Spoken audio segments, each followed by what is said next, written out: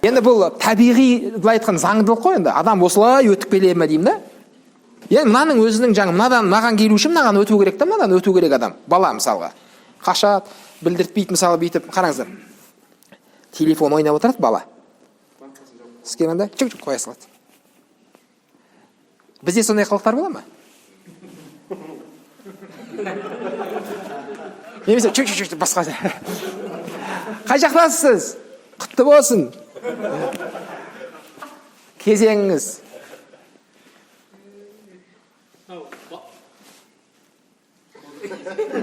Деген нәрсе. Яғни үйленгенде мынадай түр жасаймыз ғой біз. Вид жасаймыз да. Бөліну кезеңінде екенін жасап көрсетем де енді.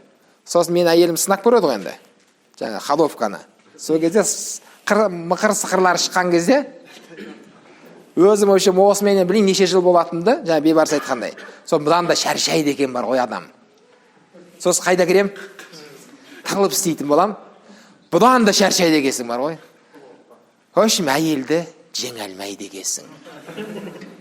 Соңында әйел болса да дегенін істетеді екен. Сол үшін аш құлақтан тыныш құлақ. Тыныштық керек қарағым. Қартайғанда әйелсіз қалатын жағдай жоқ. Бала-шаға ошаққа сойдың, тыныштығы керек. Естейсің енді, кемпірдің бәрінен сондай боқ балды. Қартайғанда сондай болады екен балам. Бәрі сондай болады екен өзі. Менің жасыма келгенде түсінесің әлі. Қалай сақтап қаламыз енді? Бірінші шығып алу керек жаққа. Бұл жаққа бірінші шығу керек. Вид жасаймыз ғой үйленген кезде. Хабарды, виді бар да. Я өзім енді жүріп жүрген кезде маған тыңдайды мені ашуландырмайды. Ашуландырмайды ғой, мен жаман жолға салып көрген жоқ мені. Халовка деген идеальный болып тұр асфальттың үстінде. Я бетонкада кетіп барамыз. Сонымен үйленгеннен кейін басталады ғой неше түрлі андай теркалар. Сол кезде не болады? Менің ақиқатым қай жерде екен? Бағана бейбарыстың айтқан сөзін айтып алдым да. Сөйтіп артқа қайды. Біреулер бар енді.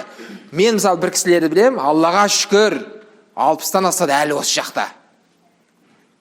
Осылай үйленген, осылай жүр әлі. Артқа шегінген жоқ, 40 жыл бойы. Өз шешеді бәрі. Өз шешеді бәрі. Өз бөлек шешеді, өз мәселесін шешеді ол. Әйел өзінің мәселесін шешеді ол. Және бұл күшке байланысты. Мен мысалы небір жігіттерді танимын. Бұлай ұстаған жігіттер бар да енді. Талай жігітке екі қолдап сәлем бергізген жігіттер бар да. Үйіне қонаққа кіре алмайсыз ғой? Бара алмайсың үйіне.